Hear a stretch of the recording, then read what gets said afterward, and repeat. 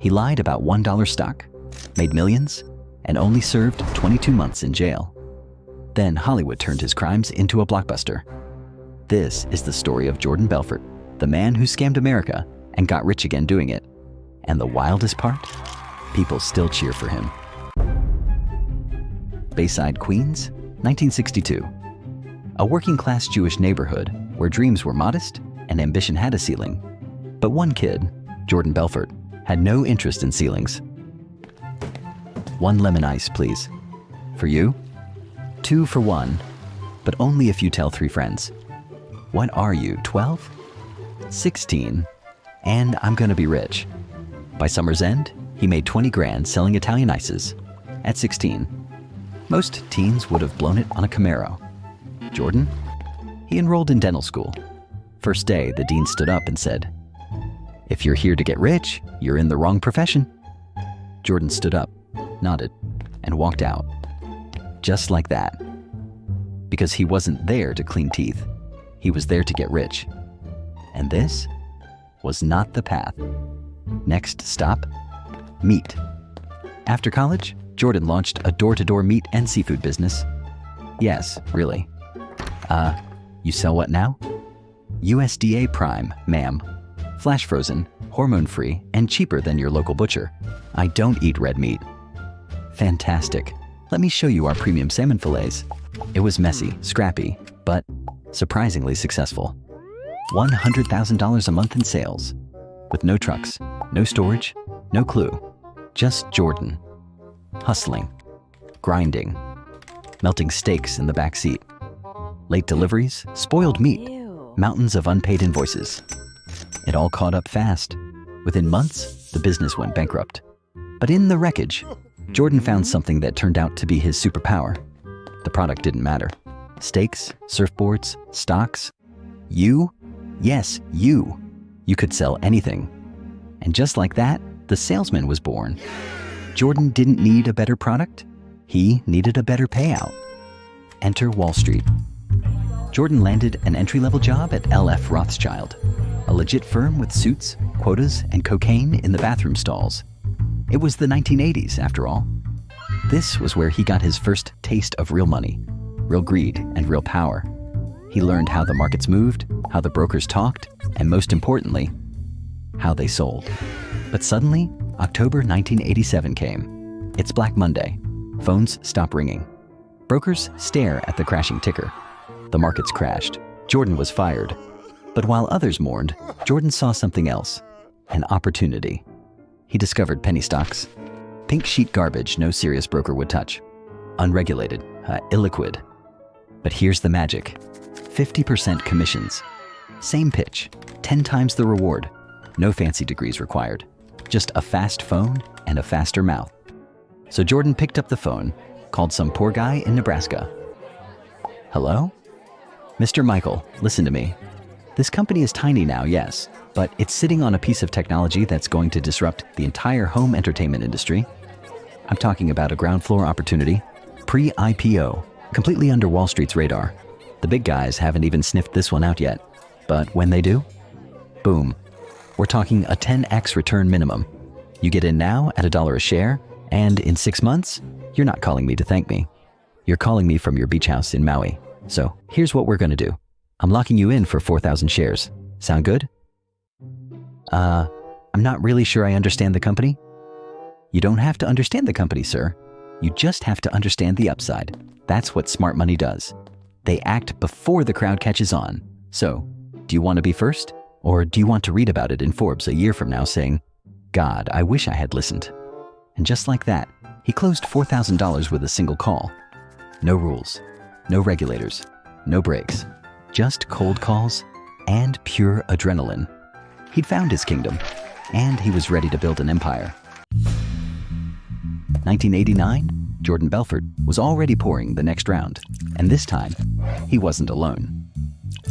Enter Danny Porish, a fast-talking, drug-snorting misfit from Long Island with the charm of a salesman and the instincts of a hustler. He wasn't from Wall Street, and on some days, it didn't feel like he was from the same planet. But he could close, and Jordan saw something in him. Hunger, loyalty, no brakes. Together, they were dangerous.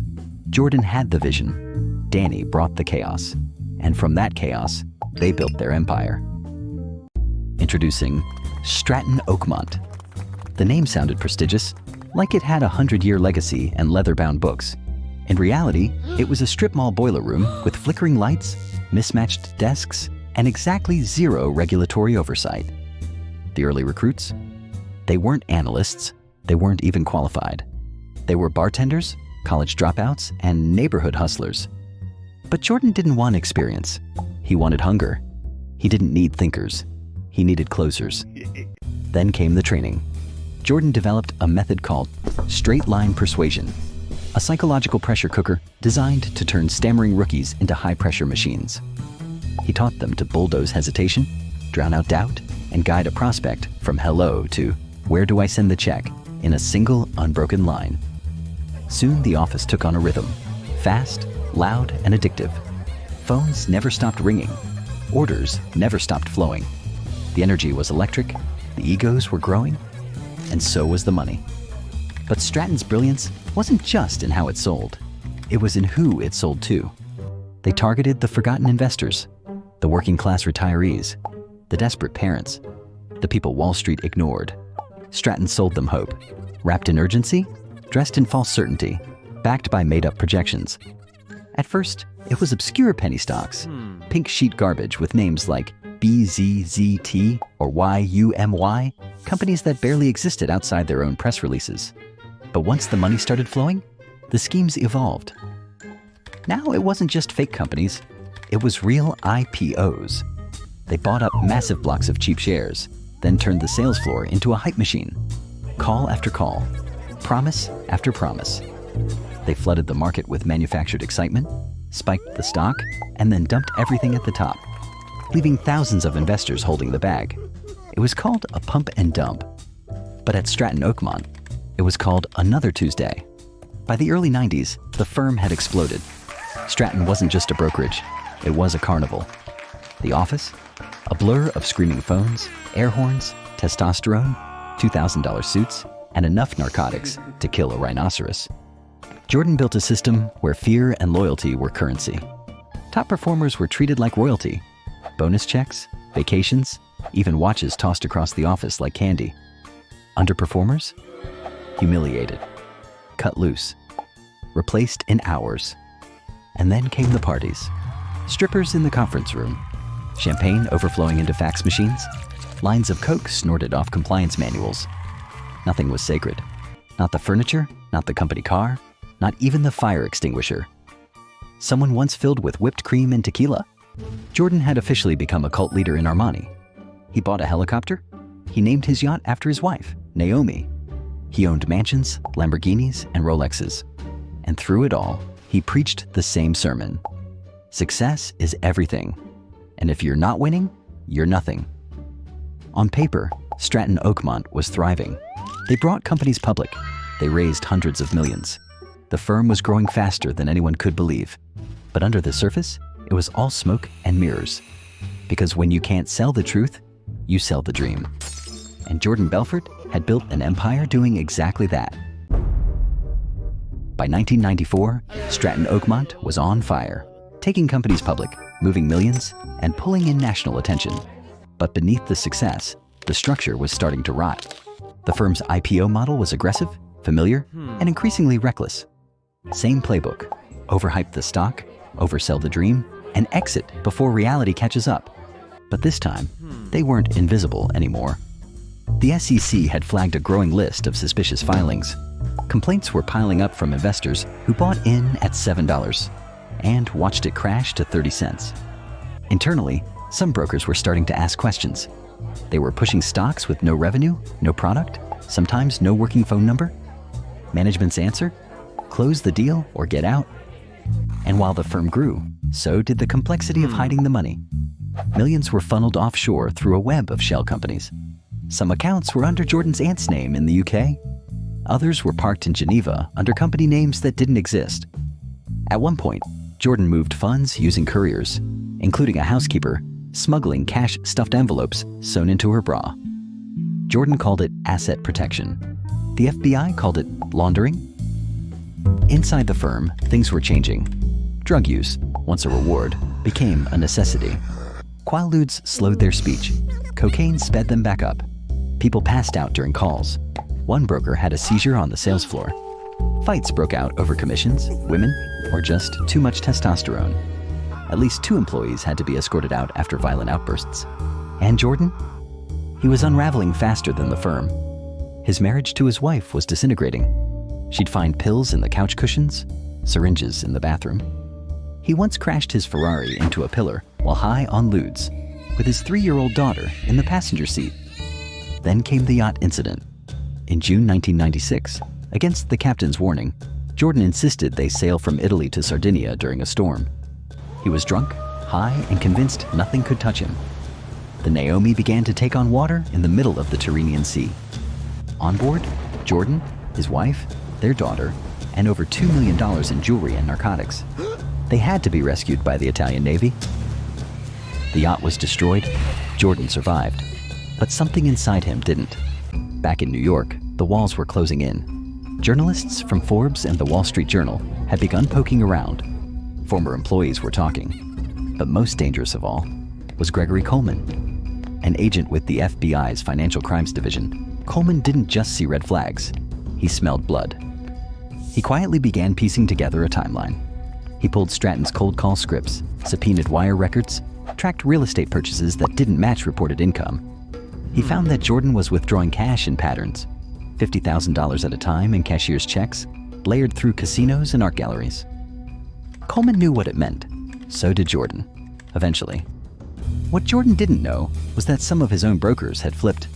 One had been caught on a separate fraud charge. Another was burned by an unpaid bonus. They wore wires, recorded calls, turned over folders, and as the heat rose, more jumped ship, not out of morality, but self-preservation. Then came October 1996. Federal agents raided Stratton Oakmont. They arrived just after sunrise. Phones were ripped from desks, filing cabinets emptied, hard drives were copied, employees were questioned. Someone tried to flush documents. Another tried to walk out with a briefcase full of shredded contracts. It didn't matter.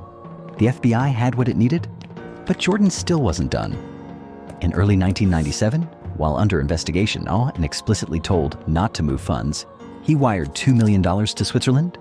The transaction was traced. The conversation about it had been recorded. That single transfer became the thread that unraveled everything. The chase was over, and the fall had begun. By late 1998, Belfort was out of moves. The FBI had the recordings. The SEC had the filings. The empire he built on cold calls and false promises had finally collapsed. And now it was his turn. He was facing up to 30 years in federal prison. Wire fraud, securities fraud, money laundering.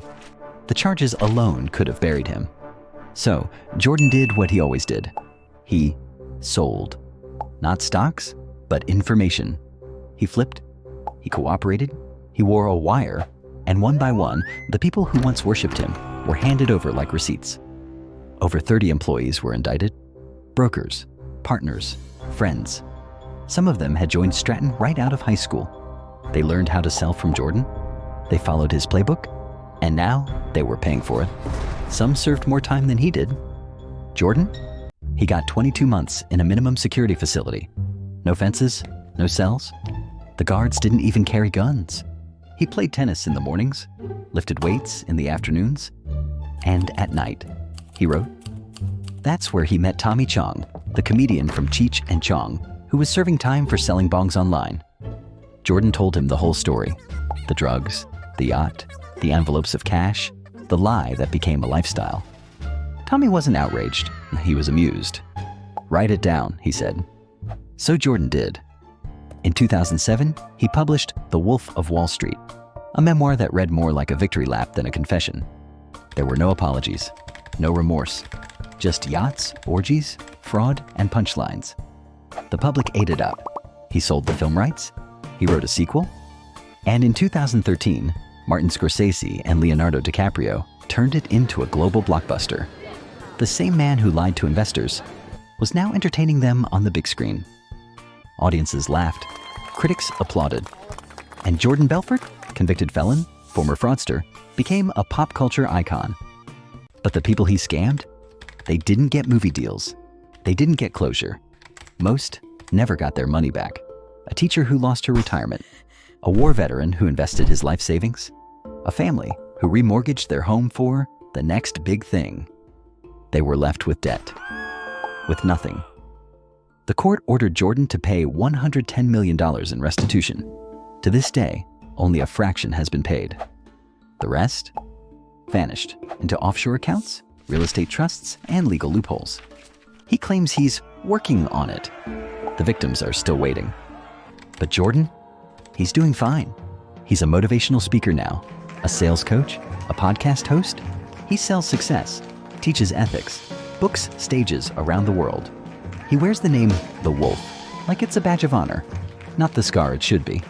He didn't just escape justice, he sold it. Turned 22 months into a book deal, turned fraud into fame, and maybe the scariest part? We applauded.